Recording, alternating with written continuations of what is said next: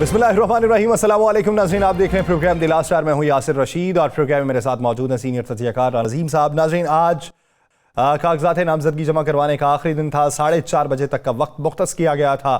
तमाम लोग कागजात नामजदगी जमा करवाने के लिए पहुंचे।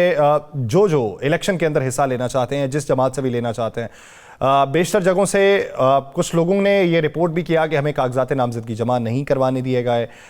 कुछ लोगों ने अपनी दरख्वास्तें भी इलेक्शन कमीशन के अंदर जमा करवा दी।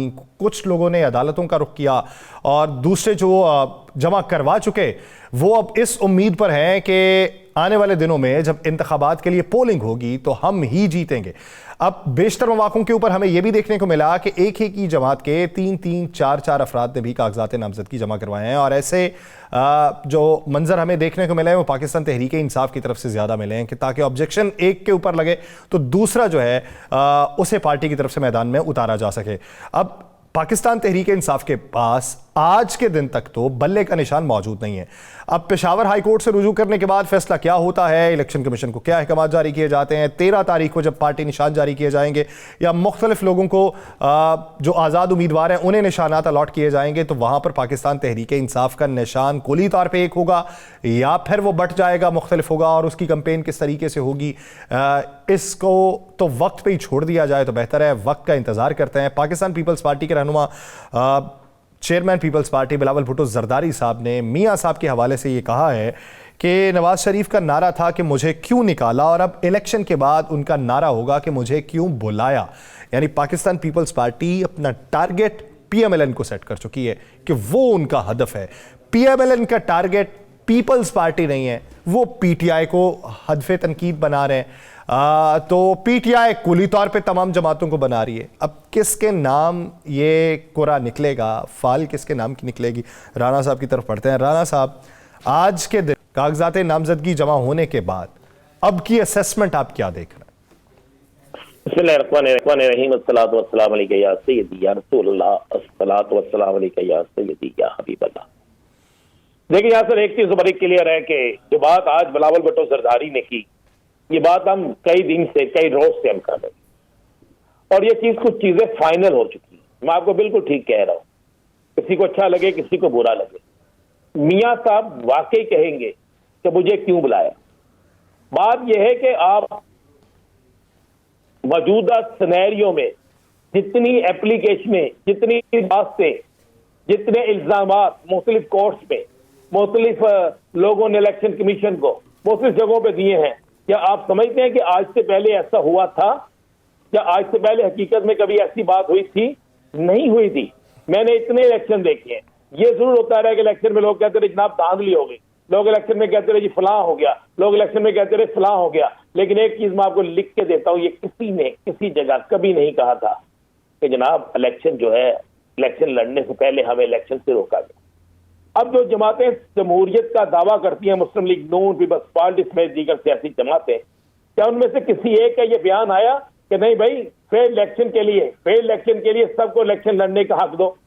नहीं ना आया। उसकी वजह क्या है? उसकी वजह बड़ी क्लियर यह है कि इन सियासी जमातों को, जिन्होंने 17 माह हुकूमत की, इन सियासी जमातों को पता है कि अगर इलेक्शन में तमाम सियासी जमातें खुलकर मैदान में आई, अगर इलेक्शन में बिलखसूस में नाम ले देता हूं तहरीक इंसाफ को भी मौका मिला और बाकी सियासी जमातों को भी मौका मिला, तो फिर इन सियासी जमातों का मुस्तकबिल कुछ नहीं होगा।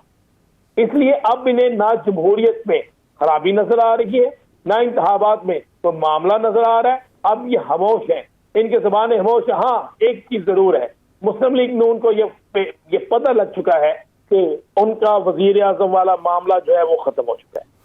मैं ये आपको बिल्कुल संजीदा और असर बता रहा हूं, उनको पता लग चुका है कि बिल्कुल उनका मामला खत्म हो चुका है। और जहां तक बात है बाकी लोगों की, तो मैं आपको ये भी खबर दे, और ये खबर भी है और इस बात को आप नोट भी कर लीजिएगा। नून लीग आपको बहुत जल्द इंतखाबात से पहले ही इंतखाबात के खिलाफ बातें करती हुई, इंतखाबात के खिलाफ जाती हुई नजर आई। किस तनाजुर में? वो क्या प्री पोल रिगिंग की बात करेंगे या फिर किसी और के कंधे पे रखेंगे?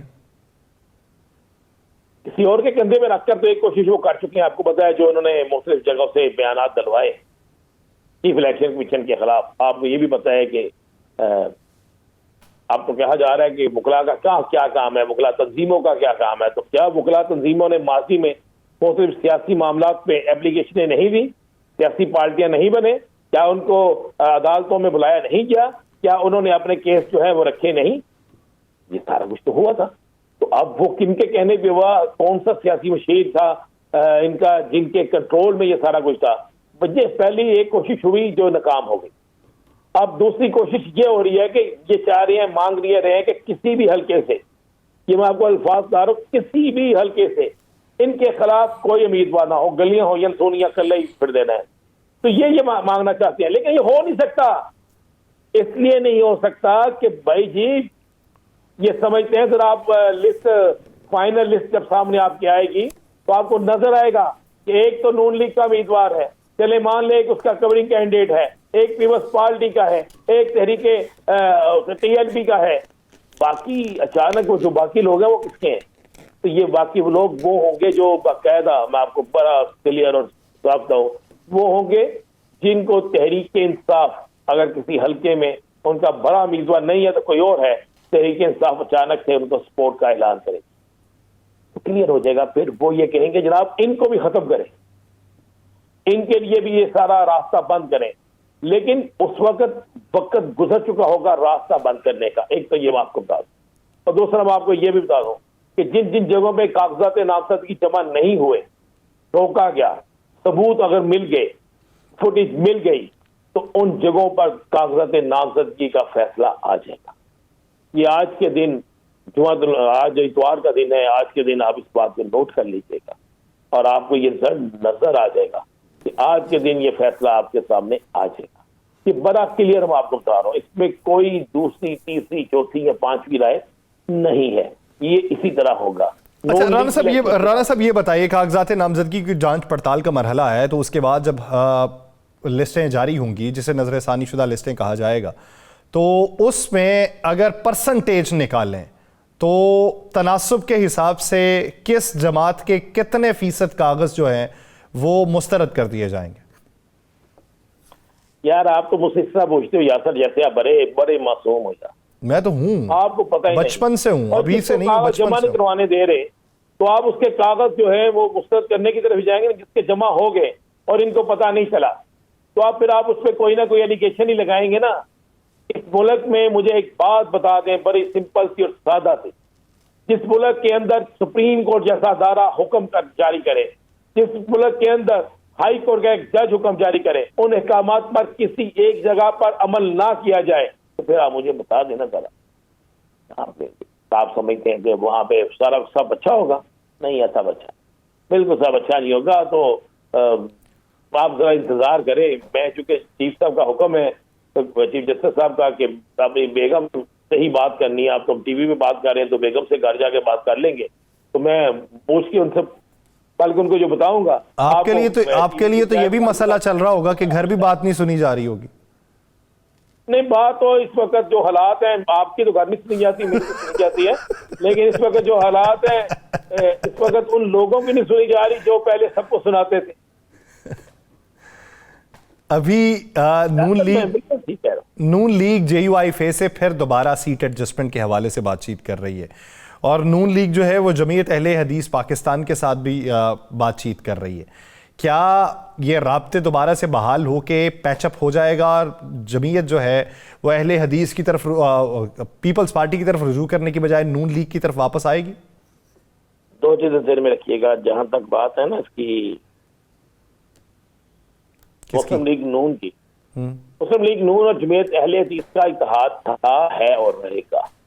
अच्छा, वो इत्तेहाद क्या होता है कि साजिद मीर साहब सेनेटर का इलेक्शन, उनको टिकट मिल जाती है। दूसरा इत्तेहाद क्या होता है? दूसरा इत्तेहाद ये होता है कि डेरा गाजी खान से एक सीट दे दी जाती है और एक सीट सियालकोट के इलाका पर जो है मसरूर, इस तरफ से बस ये इत्तेहाद है। ये इत्तेहाद पहले दिन से चल रहा है और ये चलता रहेगा। बाकी मौलाना साहब को अगर आप कहें कि पंजाब में, मैं आपको एडवांस बता देता हूँ कि मौलाना फजलुर रहमान की जमात को पंजाब में ये 2 सीटें भी दे दें तो ये मुमकिन नहीं। ये मैं आपको बसूख से कह रहा हूँ, ये आपको मैं गारंटी से बात कह रहा हूँ। इनको ये एक नशिस्त भी मौलाना फजलुर रहमान की जमात को नहीं दे। और मौलाना साहब उसके बावजूद इनसे इत्तेहाद करेंगे और इत्तेहाद होगा KPK के हद तक, बलोचिस्तान की हद तक और सिंध की हद तक। मौलाना साहब इनकी मजबूरी है और ये मौलाना फजलुर रहमान की मजबूरी है। ये दोनों सियासी जमातें एक दूसरे की मजबूरी है। तो इसलिए मैं आपको ये बता रहा हूँ कि ये इत्तेहाद होगा। जमीयत अहले हदीस से इनका इत्तेहाद ताहयाद है और जो बाकी ये जो सियासी जमात है मौलाना फजलुर रहमान साहब की, इनके साथ इत्तेहाद होगा। मौलाना साहब को पंजाब में कुछ नहीं मिलेगा, ये आप नोट कर लीजिएगा। मेरी इतला के मुताबिक इनको कुछ नहीं मिलेगा। हाँ, KPK में वो अपनी मर्जी कर लेंगे, KPK के साथ दीगर जो इलाके हैं वहां पे ये अपनी मर्जी कर लेंगे और ये इत्तेहाद इस तरह चलता रहेगा। ये सिर्फ होगा, ये सब ड्रामेबाजी है, सब बयानात हैं, ऐसे हो गया ऐसे हो गया। कुछ अपने कारकुनों को इस बात पे राजी करने के लिए कि जनाब आप जो है वो घबराए ना, कुछ लोग कुछ ये एक सियासी ड्रामा करने के लिए कि सियासत इस तरफ नहीं इस तरफ जा रही है, ये सारा कुछ जो है इसी तरह चलेगा। और मुस्लिम लीग नून ने जो इत्तेहाद करना है इन्हीं जमातों से करना है। काफ लीग के साथ एक बड़ा हाथ होने जा रहा है, मैं आपको ये बता दूं। काफ लीग के साथ एक बड़ा हाथ होने जा रहा है, इस्तेकाम पाकिस्तान पार्टी के साथ एक बड़ा हाथ होने जा रहा है। जब इन दोनों सियासी जमातों के साथ एक बड़ा हाथ होगा तो उसके बाद आपको नजर आएगा कि वो बनी बनाई गेम, वो बना बनाया सारा चीजें जो है वो खत्म होती नजर आएंगी।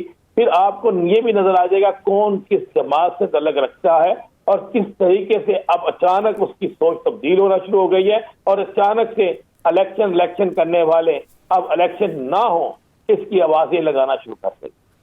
अच्छा राना आप क्या समझते हैं? बिलावल भुट्टो जरदारी गालिबन लाहौर से भी गुलबर्ग के इलाके से इलेक्शन लड़ रहे हैं, शहबाज शरीफ साहब कराची से इलेक्शन लड़ रहे हैं, तो कागज इन्होंने वहां पे जमा करवाए हुए हैं। तो बिलावल साहब की लाहौर में क्या पोजीशन है और शहबाज शरीफ साहब की कराची में? बिलावल साहब की लाहौर में पोजीशन ये होगी जो कराची में पोजीशन होगी शहबाज शरीफ साहब की, कि बिलावल साहब लाहौर में ढूंढेंगे वोट किस किसने डाला और शहबाज शरीफ साहब कराची में ढूंढेंगे वोट किस किसने डाला। बस इतना सा।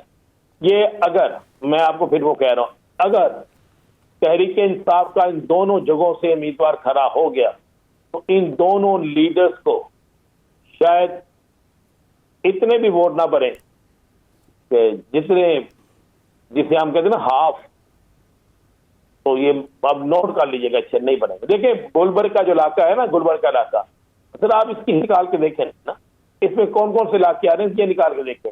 फिर देखें कि इसमें आपके जो ज़मीनी इलेक्शन है उसमें क्या रिजल्ट रहा है। फिर आप देखें कि इन इलाकों में कौन कौन लोग रहते हैं, उनका रुझान किस तरफ है। फिर देखें इन इलाकों में यंगस्टर कितने हैं, उन लोग इन यंगस्टर का रुझान किस सियासी जमात की तरफ से है, तो आपको बड़ा क्लियर हो जाएगा। ये चीजें बिल्कुल क्लियर होकर आपके सामने आ जाएंगी।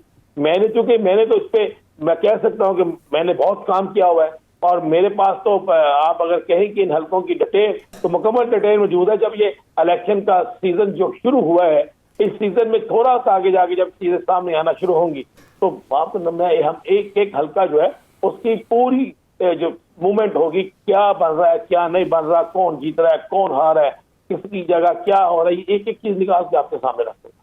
अच्छा राना साहब, आप कहते हैं कि जी कुछ दिनों के बाद नून लीग जो है वो वावेला मचाना शुरू कर देगी कि धांधली हो रही है। एहसन इकबाल साहब कहते हैं कि PTI को ये मालूम है कि वह जीत नहीं पाएगी तो इसलिए वो धांधली का शोर मचा रही है। और उन्होंने ये भी कहा है कि नवाज शरीफ जो हैं वो पाकिस्तान के 24 करोड़ आवाम के लाडले। नहीं लाडले तो हैं, वो 24 करोड़ आवाम के नहीं। अगर वो 24 करोड़ आवाम के लाडले हैं तो मुझे बताएं, उन्हें बताइए कि 24,000 बंदे तो आप इकट्ठे नहीं कर सकते। 24 लाख लोगों के लाडले हैं तो फिर इतने हल्कों से इलेक्शन लड़ने की जरूरत क्या, सिर्फ एक हल्के से इलेक्शन लड़े। अगर 24 लाख लोगों के लाडले हैं, 24 करोड़ लोगों के लाडले हैं तो फिर पाकिस्तान लाडलों को यहाँ छोड़ के सबको पता है वो बीमारी क्या थी, क्यों बाहर चले गए। अगर इतने लाडले हैं तो फिर मुझे बताएं किसके साथ क्या आके मुआहिदा किया, वो भी सामने ले आए। अगर इतने लाडले हैं तो ये बता दें कि जनाब आज के दिन तक किससे राब्ते में क्या शर्त उन्होंने रखी है इलेक्शन के हवाले से, बता देना। फिर मुझे तो अफसोस होता है, पहले तो एहसन इकबाल साहब दानियाल अजीज जो हैं उनकी सवालों का जवाब दे लें। पहले एहसन इकबाल साहब बाकी मामला का जवाब दे लें। अच्छे आदमी है, मैं उन्हें बुरा नहीं कहता, लेकिन वो बात वो करें जो हो सकती है। जो बात नहीं हो सकती उस पर मत करें। अच्छा, बिलावल भुट्टो जरदारी साहब कह रहे हैं कि मैं अपनी गलतियों से सीख चुका हूं, ठंडी हवाएं जो है वो पीपल्स पार्टी की तरफ हैं, तो ये किस बात का इशारा है? चंद दिन पहले होने वाली मुलाकात में कुछ चीजें सामने आई, उसके बाद जरदारी साहब कह रहे हैं, लेकिन मैं आपको एक बात बता दूं, होना वही है कि इसके पास KPK है, इसके पास सिंध है, इसके पास पंजाब में 3-4 लोग मिलकर हुकूमत करेंगे, और जो बलोचिस्तान है वो भी मिक्स चार होगा। कोई कुछ नहीं होगा, बस सब चाहते हैं कि हमें थोड़ा थोड़ा सेव कर दें। और ये मुझे जो नजर आ रहा है सियासी मैदान में, मेरी जो मुख्तलिफ लोगों से बात हुई है, हो सकता है कि एक साल में 2 इलेक्शन हो जाए। इस साल में 2 इलेक्शन? ये बिल्कुल एक साल में 2 इलेक्शन हो जाए। नहीं, 2 इलेक्शन से मुराद ये कि आगे जिमनी इलेक्शन तो होंगे ही ना। जिमनी इलेक्शन नहीं होंगे, क्यों? मैं भी फिर कह रहा हूँ यासर, नहीं, ट्रैक चेंज हो रहा है, ट्रैक चेंज हो रहा है। एक ब्रेक आज के बाद ना मैं यासर नहीं कहूंगा, मैं कहूंगा बाबूजी एक ब्रेक लेते हैं। ब्रेक के बाद पाकिस्तान मुस्लिम लीग नून के सीनियर गवर्नर पंजाब रफीक रजवाना साहब हमें ज्वाइन करेंगे। कहीं नहीं जाइएगा, स्टे विद अस।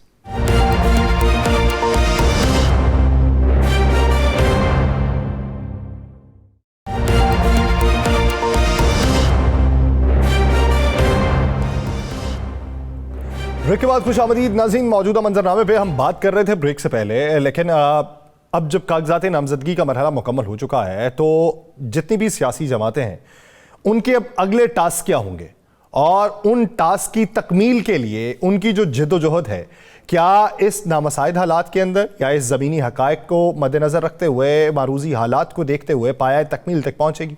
ये एक बुनियादी सवाल है।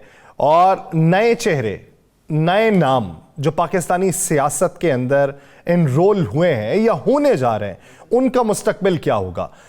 पुराने लोग, उनकी तजर्बाकारी और नए लोगों का जुनून, ये किस हद तक पाकिस्तान को बेहतरी की तरफ लेके जा सकता है, और हर पार्टी की प्रायोरिटीज़ में क्या क्या चीज़ें शामिल हैं और उनके लिए उनकी तगोदो क्या है, इसी बारे में बात करेंगे।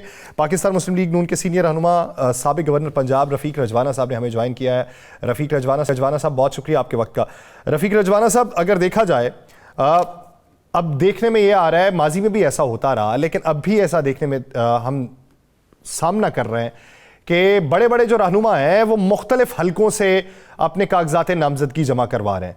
अब फर्स्ट टीयर लीडरशिप के बाद सेकंड टीयर लीडरशिप भी हमें यही देखने को मिल रही है कि एक से ज्यादा हलकों में कागजात जमा करवाए जा रहे हैं। क्या उन हलकों में नुमाइंदगी नहीं है या फिर वजह कुछ और दिखाई देती है? देखिए, जहां तक तो मतलब है कि फर्स्ट लाइन वाले जो लीडर्स हैं, पार्टियों के जो लीडर्स हैं, वो 2-2, 3-3 जगहों पे जमा कराते हैं। ये पाकिस्तान में एक चीज जो आम है, हर इलेक्शन में होती है। वो एक पॉपुलैरिटी का ग्राफ भी होता है, और दूसरा ये है कि उन्होंने सिक्योर करना होता है कि उन्होंने असेंबली में जाना है। ठीक है जी। फिर आप कह रहे हैं दूसरी लाइन पे जो उम्मीदवार हैं जिन्होंने इसी तरह से कई हलकों पे उन्होंने अप्लाई किया है, उसके बारे में मैं कुछ कहने से कासिर हूँ कि वो किस सोच की बिना पर ये करते हैं। या तो वो महसूस करते हैं कि इस तरह से हमारा नाम होगा कि हम 3-3 हलकों से लड़ रहे हैं, बट आई डाउट कि वो 3 हलकों से लड़ भी लेंगे और कामयाब भी हो जाएंगे।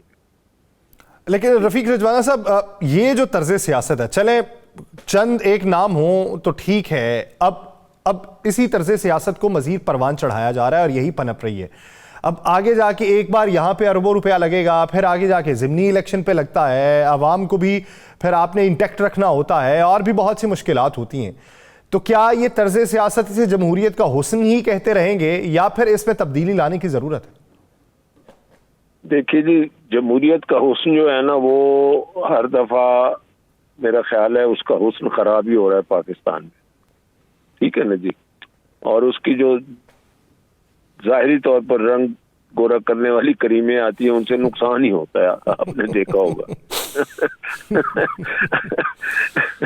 तो अब बात यह है कि मैं तो खुद इस बात पे यकीन रखता हूँ कि लीडरशिप के लिए 2 सीटें मैक्सिमम होनी चाहिए। ठीक है जी। सही। और बाकी जो इलेक्शन 3-3 सीटों पे लड़ते हैं, तो वो फिर कम से कम एक अगर जीत गया तो 1 सीट मतलब रखेंगे और 2 छोड़ेंगे सपोज, तो फिर उनको उन 2 सीटों का इलेक्शन का खर्चा जो है सिक्योरिटी एडवांस जमा कराना चाहिए। सही। या कोई गारंटी देनी चाहिए। ठीक है ना, बिल्कुल आपकी बात ठीक है कि एक हल्के के लोग जो है एक उम्मीदवार को वोट देते हैं, फिर दूसरे हल्के के लोग उसी उम्मीदवार को वोट देते हैं, तीसरे हल्के के लोग उसी उम्मीदवार को वोट देते हैं। आपको याद होगा खान साहब, इमरान खान साहब को 5-6 हल्कों से 5 से लड़े थे या 6 से, तो 4-5 में कामयाब हो गए थे। तो फिर वो ना ही वो टेकिंग की स्टेज आई, ना ही उनको पार्लियामेंट में जाना था। तो इस तरह से जो पब्लिक एक्सचेकर का नुकसान होता है और लोगों को इनकन्वीनियंस होती है। एक दफा वो पहले इलेक्शन में हिस्सा लें, वोट देने जाएं, और उसके बाद बाई इलेक्शन में वोट देने जाएं, तो कैंडिडेट्स को भी प्रॉब्लम होता है जो उनकी जगह सब्स्टिट्यूट होते हैं। तो इसको स्ट्रीमलाइन करना चाहिए। It requires legislation. मैं खुद कानून का तालिब इल्म हूँ, इसकी लेजिस्लेशन जरूर होनी चाहिए। सही। अगर रजवाना साहब ये तो बता दें, आप आज आखिरी दिन इलेक्शन के कागजात जमा कराने का, लेकिन एक सियासी जमात के हर शहर से उस सियासी जमात के लोगों के कागजातों को जमा नहीं होने दिया गया, फुटेज सामने आ रही है, इस पर क्या कहेंगे? देखिए, मैं तो इस चीज को खुद इस चीज का कायल नहीं हूँ कि इस तरह से किसी सियासी जमात के लोगों को रोका जाए या उनके फॉर्म छीने जाए या उनके रास्ते में रुकावट पैदा की जाए कि वो अपने नॉमिनेशन पेपर ही दाखिल ना कर सकते। मैं तो जमहूरी जहन का बंदा हूँ, थोड़ी बहुत जो तालीम मुझे है उसके हिसाब से everybody should have the equal opportunity, every political party should have the equal opportunity. हाँ, जो बंदे जिनके खिलाफ केस हैं, अगर वो प्रोक्लेम्ड ऑफेंडर हैं, इश्तिहारी हैं, उनकी गिरफ्तारी है, तो वो भी जो है ना कानून के मुताबिक उनको रखा जाए, मगर उनको इलेक्शन से ना रोका जाए। तो अभी मौजूदा मंजरनामे में जो लोग रह गए, क्या उनके पास कोई ऑप्शन होगा? लेकिन जी उनको तो फिर कोर्ट में जाना पड़ेगा, सबूत देने पड़ेंगे, उस वक्त तक गाड़ी आगे निकल चुकी होगी। तो जिन लोगों को वाकई इस तरह से रुकावट पैदा करके उनको रोका गया है और they have not been able to file their nomination papers, तो इस पर कोई ना कोई कानूनी कार्रवाई भी होनी चाहिए और उनको मौका देना चाहिए। रजवाना साहब, बहुत से लोगों ने मतलब सैकड़ों की तादाद में एप्लीकेशंस दे चुके हैं, बहुत से लोग जो है वो इलेक्शन कमीशन से रजू कर चुके हैं, तो क्या इसके बावजूद भी गाड़ी निकल जाएगी उनकी? अब बात यह है ना जी, गाड़ी या तो इलेक्शन कमीशन विसल बजा दे और गाड़ी निकल जाए, या फिर इलेक्शन कमीशन जो है रेड झंडी दे के गाड़ी को रोक ले प्लेटफॉर्म पे, ताकि जो मुसाफिर रह गए हैं वो भी चढ़ जाए। तो it depends on election commission. मैंने तो मेरिट में बात कर दी है कि इट इज अनजस्टिफाइड। अच्छा रजवाना साहब, अगर देखें आप बतौर एक सियासी वर्कर, एक सियासी रहनुमा, नॉट अपोजिशन पार्टी को देखते हुए या अपोजिशन जमात को देखते हुए, क्या समझते हैं कि जब एक पार्टी से निशान वापस ले लिया जाए तो इंतखाब के अंदर उसे किस किस्म की मुश्किलात का सामना करना पड़ेगा जो उसके निशान के साथ उसे सहूलत के तौर पे थी और निशान के बगैर मुश्किल के तौर पे? कुछ ऐसे निशान होते हैं, पॉपुलर पार्टी हो तो उसका निशान लोगों के दिलो दिमाग में बैठ जाता है, तो डेफिनेटली प्रैक्टिकल डिफिकल्टी तो होती है। अब कानून के मुताबिक कार्रवाई हुई है, उनके पास अपील का हक है। हो सकता है कि बैलेट पेपर में जो निशान छापेंगे तो उस वक्त तक उनको कोई अदालत से रिलीफ मिल जाए या इलेक्शन कमीशन का फैसला सस्पेंड हो जाएगा। अलबन आज पेशावर हाई कोर्ट में वो फाइल कर लिया या कर रहे थे, आई डोंट नो कि आज क्या हुआ है। सही, यानी आप समझते हैं कि उनके पास ऑप्शन मौजूद है? जी ऑप्शन है। जी राना साहब। अच्छा, ऑप्शन बिल्कुल मौजूद है, क्योंकि सुप्रीम कोर्ट ने हुक्म दिया था ना इलेक्शन कमीशन को कि चारों जो है उनके आईजी साहब को कहा जाए, और अब तो एक रिटर्निंग ऑफिसर ने लिख के भेज दिया कि पुलिस रस्ते में रुकावट है। हाँ, तो देखे ना, आपको याद होगा डस्का का जब बाई इलेक्शन हुआ था और जिस तरह से वो प्रिजाइडिंग ऑफिसर ही गायब हो गए थे, धुंध हो गई और उनके मोबाइल भी काम नहीं कर रहे थे, तो इलेक्शन कमीशन ने एक्शन लिया था ना। तो अभी रिटर्निंग ऑफिसर ने लिखा है कि रुकावटें पैदा हो रही है, it is the duty of the election commission of Pakistan to ensure कि जी ट्रांसपेरेंट इलेक्शन हो, फेयर हो और किसी की रुकावट न डाली है किसी के लिए। अच्छा, मौसम आपको रजवाना साहब पता है मौसम इस वक्त मुल्क के अंदर ख़राब है, काफ़ी स्मॉग का भी इस वक्त डेरा है, लेकिन इलेक्शन में अभी कोई 1.5 महीने के करीब का वक्त बाकी है, तो आप समझते हैं कि तब तक ये सारी धुंध छट चुकी होगी, मतला साफ होगा? लेकिन आपने तो स्मोक की बात की है, सिर्फ इसी धुन की बात कर रहे हैं या सियासी धुन की बात भी कर रहे हैं? आपने ही तज़किरा छेड़ा है वो इलेक्शन वाला के धुंध छाई। मैं उस तनाजुर में पूछ रहा हूं कि क्या धुंध छटी हुई होगी? देखिए, सफर करने वाले धुन में भी सफर करते हैं, अच्छा, सिर्फ बचा कर। लेकिन क्या उनके फॉग लाइट्स लगा के फॉग लाइट्स लगा के इस वक्त फॉग पाइप तो सिर्फ आपके पास ही लग रही है। हैं जी? नहीं इंशाल्लाह इस बेहतर वक्त तो वो लाइट सिर्फ आप ही जमात के पास है। फॉग लाइट मेरे पास है। वो कह रहे हैं कि सिर्फ आप ही की जमात के पास है। नहीं, everybody has a right to get it. अच्छा, अब रजवाना साहब, अब बिलावल भुट्टो जरदारी साहब कहते हैं कि पीपल्स पार्टी जो है वो सियासी इंतकाम पे यकीन नहीं रखती। तो अब तक की पीपल्स पार्टी की कैंपेन देखें ना तो वो सारी की सारी पीएमएलएन के खिलाफ है। अब ये जो बयानात दिए जाते हैं ये इनडायरेक्टली या डायरेक्टली लगता है कि नवाज शरीफ साहब के बारे में बात कर रहे हैं, यानी पुरानी सियासत को दफन करना होगा, नए राब्ते बढ़ाना होंगे, इंतकाम की सियासत को मारना होगा। तो ये पैगामात वो किन तनाजुर में दे रहे हैं? देखिए, सियासत में एक मैरिज ऑफ कन्वीनियंस होती है, आपको समझ आ रही? जी, ये मैरिज ऑफ कन्वीनियंस थी जो 14 महीने की हुकूमत चल गई, ठीक है ना? सही।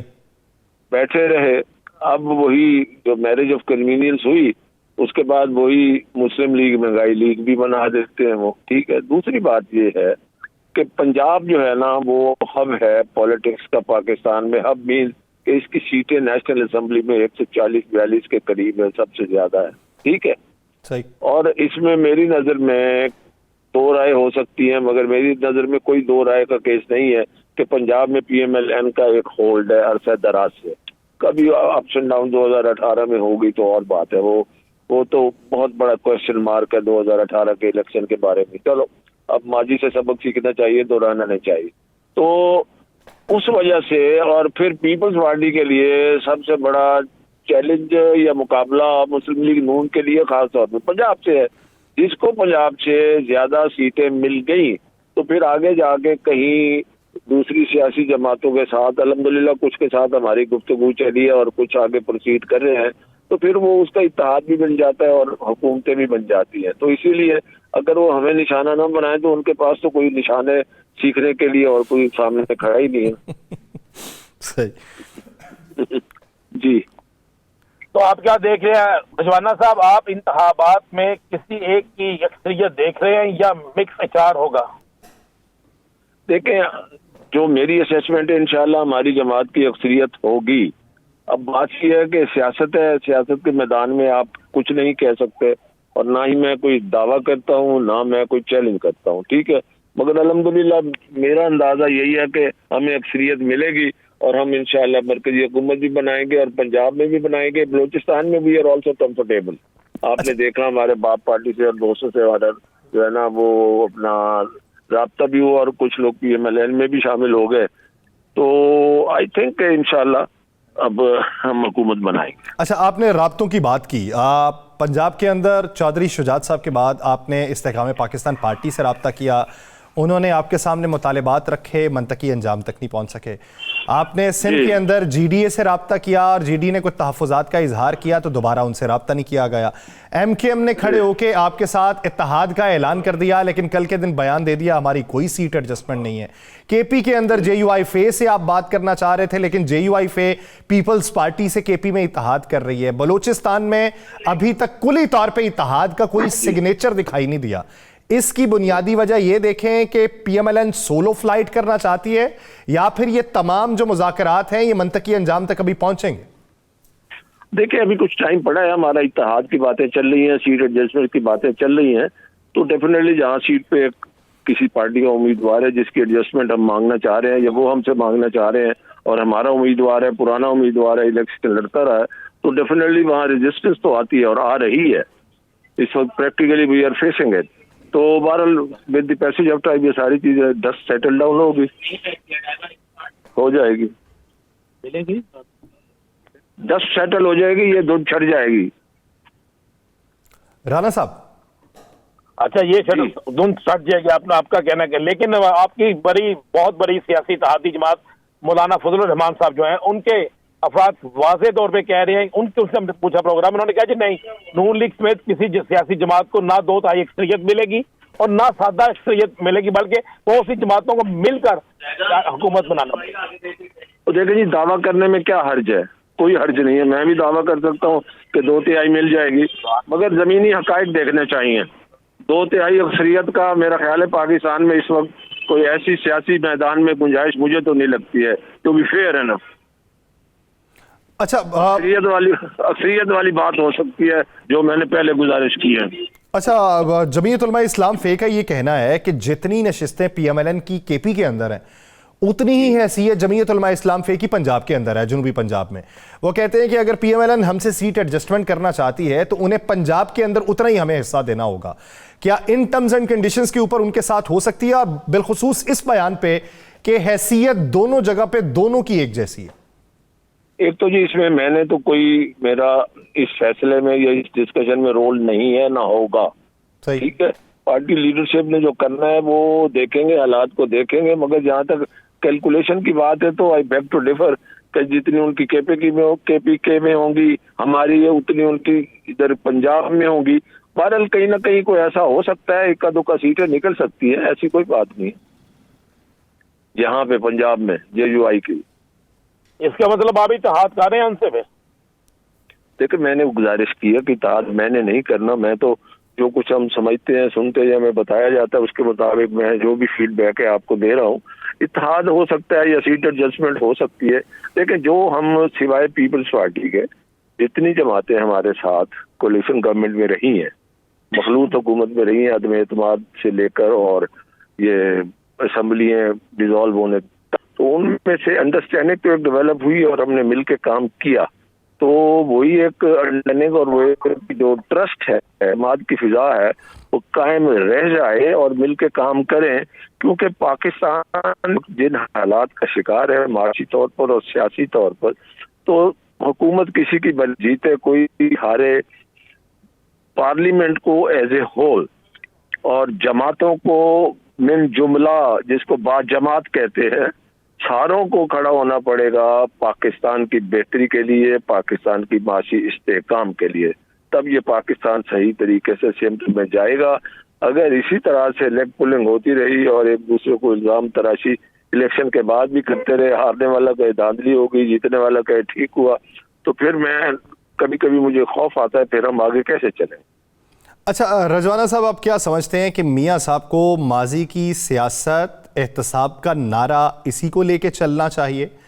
क्योंकि फैसला तो मियाँ साहब ने करना है, लेकिन बतौर एक सियासी वर्कर, पाकिस्तान मुस्लिम लीग नून के नुमाइंदा नहीं, बतौर सियासी वर्कर क्या समझते हैं कि ये नारा छोड़ के उन्हें मुस्तकबिल की हिकमत अमली तय करनी चाहिए? देखिए, ये उनका एक नारा है उनका, और एक और बात है कि एक जनरल हम डिस्कशन कर रहे हैं अपार्ट फ्रॉम बीइंग कि मैं आई एम फ्रॉम PMLN। बात यह है कि जो गलतियां माजी में हुई हैं, जो ज्यादती हुई हैं, उनका जिक्र तो करना पड़ता है ना। एहतसाब एक अल्टीमेट है कि एहतसाब होना चाहिए। ये तो नहीं कह रहे कि एहतसाब हम करेंगे, मगर ये बावर कराना कौम के लिए जरूरी है कि हर दफा फिर ऐसे ही होता रहा तो फिर आगे क्या होगा। इसीलिए ये बावर कराया जा रहा है। अदरवाइज उन्होंने कहा हमने इंतकाम नहीं लेना और ना ही ले, अल्लाह करे ना ले, और ना ही उन्होंने कहा हम लेंगे। पर लेट्स गो अहेड, आगे जाना चाहिए, सिर्फ उसी चीज पे नहीं खड़ा रहना चाहिए, मैं आगे भी जाना चाहिए। सही। जो नासर साहब ये बता दें, क्या नून लीग का बयानिया जो है, जो मियाँ साहब फरमा रहे हैं, मजीद तेज से तेज होता जा रहा है, कि दोबारा आप वोट को इज्जत दो पे आ रहे हैं या वहीं तक रुकेंगे जहां तक कि किस तहरीक को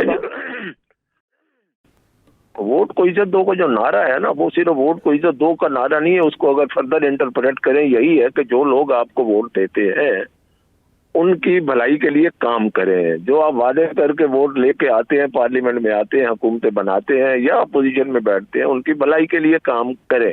जब उनकी भलाई के लिए काम करेंगे, जिन्होंने आपको अपने ज़मीर की आवाज़ पर वोट दिया, तो वो वोट जो एक अमानत होती है, तो उस अमानत में जो आपको अपनी अमानत सौंपता है, तो उस अमानत में बददियानती नहीं होनी चाहिए, खयानत नहीं होनी चाहिए। जब ये काम आप करेंगे as political party, as a parliamentarian, तो फिर ये बात जरूर होगी कि आप अपने वोटर को इज्जत दे रहे हैं। यानी आप रजवाना साहब ये कह रहे हैं कि वोट को इज्जत दो का जो नारा या बयानिया है वो पार्टी मेंबरान के लिए है, उन्हें समझाने के लिए, किसी और को सुनाने के लिए नहीं। ना ना नहीं नहीं नहीं नहीं, पहले तो मैं आपको समझा दूं, पार्टी की तो बात ये है कि वो ना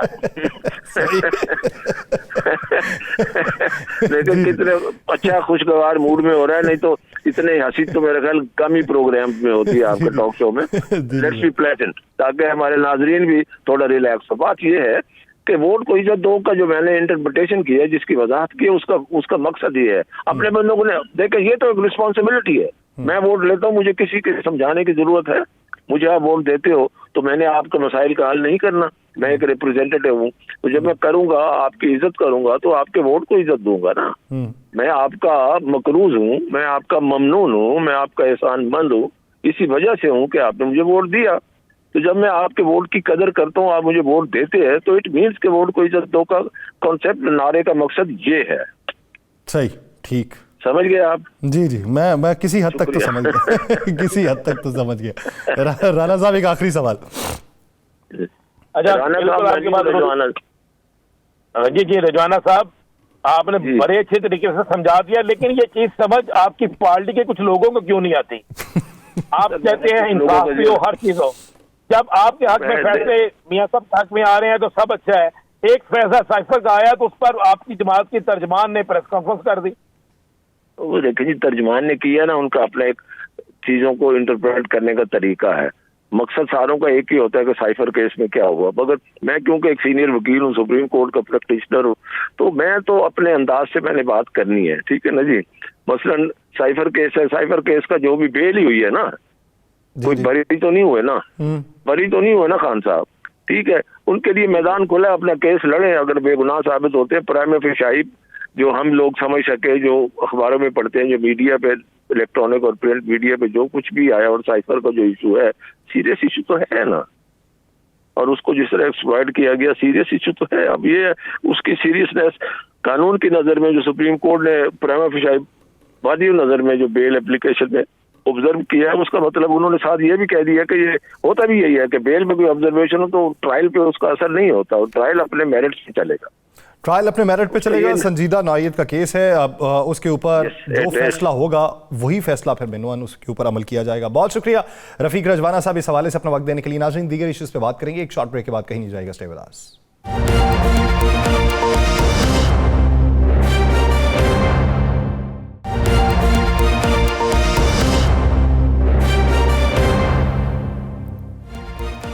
ब्रेक के बाद खुशामदीद। नाज़रीन, आज के दिन तक जिस तरीके से रफ़ीक रजवाना साहब से बातचीत हुई तो उन्होंने कहा है कि अभी हतमी तौर पे कोई फैसला नहीं हो सका कि किससे इत्तेहाद हो रहा है, किससे नहीं हो रहा, लेकिन ये राबिते जारी हैं और राबिते तकमील के मराहिल तक भी पहुँचेंगे। इसी बारे में बात करते हैं। जमीयत उलमा इस्लाम फ़े के सीनियर रहनुमा मुफ्ती किफ़ायतुल्लाह साहब ने हमें ज्वाइन किया। मुफ्ती साहब, बहुत शुक्रिया आपके वक्त का। मुफ्ती साहब, आपने कहा था पंजाब में हक दो, KP में हक ले लो, और अभी मरकजी क़यादत का राबिता हुआ है दोबारा से। ऐसे वक्त के अंदर के जब आप पाकिस्तान पीपल्स पार्टी से कुली तौर पे अगर KPK में ना भी सही, पेशावर की हद तक आप इत्तेहाद या सीट एडजस्टमेंट की बात कर चुके हैं, तो फिर नून लीग से किन टर्म्स एंड कंडीशंस के ऊपर इत्तेहाद या सीट एडजस्टमेंट होगी?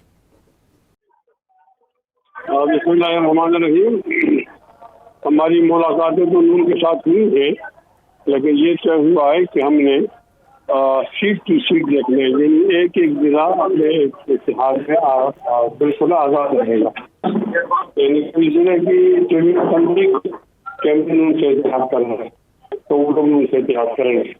फिर हमारा मुफ्ती साहब, अगर आपको ऑफर आती है तहरीक इंसाफ की तरफ से कि आप हमसे इत्तेहाद कर ले, तो क्या आप KPK में उनसे इत्तेहाद करेंगे?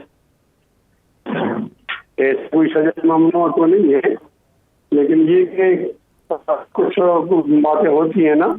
अब 15 से ये वो इलाका है जिसके अंदर में खुद पिछले 2018 के अंदर हमने कौमी का असेंबली का इलेक्शन किया है। तो आप देखें ना, कोई ऐसी बात नहीं है कि हम किसी एक पार्टी के साथ बंद हैं, हम हर एक पार्टी के साथ दरवाजे खुले रखे हैं और केस टू केस देखते हैं और इत्तेहाद करते हैं। तो मेरे ख्याल में आपको जो सवाल इससे मुताबिक तो बहुत अच्छा बात भी जवाब है NA-15 के अंदर जमीयत उलमा इस्लाम के कारकुन मुफ्ती इसका मुकाबला नवाज शरीफ से होगा। तो कोई खतरा नहीं है, हम मुकाबला कर रहे हैं इंशाल्लाह। तो जारी है। अच्छा मुफ्ती साहब, आप क्या समझते हैं, एक जमीयत उलमा इस्लाम फे के बतौर नुमाइंदा तो आप कहेंगे ही कि अगली हुकूमत जो है वो JUI फे की बन रही है, लेकिन क्या समझते हैं कि मुश्किल भी हो सकता है, टफ है KP के अंदर हुकूमत बनाना? नहीं, इधर लोग शामिल हो रहे हैं और जमातों को छोड़कर इधर आ रहे हैं, तो हमारे पास और क्या चीज है? लोग तो कुछ देख कर आते हैं ना। अगर हम टफ होते तो लोग अपने आप को तो टफ में नहीं डालते। इधर मुनासिब में नहीं समझूंगा कि मैं PTI पर बात करूं, वो लोग में है। लेकिन ये कि यहाँ हमारे यहाँ पूरे सूबे के अंदर कोई एक जमात नहीं है। कहीं ANP है तो वहाँ पीपुल्स पार्टी नहीं है, कहीं पीपुल्स पार्टी है तो वहाँ जमात इस्लामी नहीं है, कहीं जमात इस्लामी है तो वहाँ नून नहीं है। इस तमाम जगहों पर है।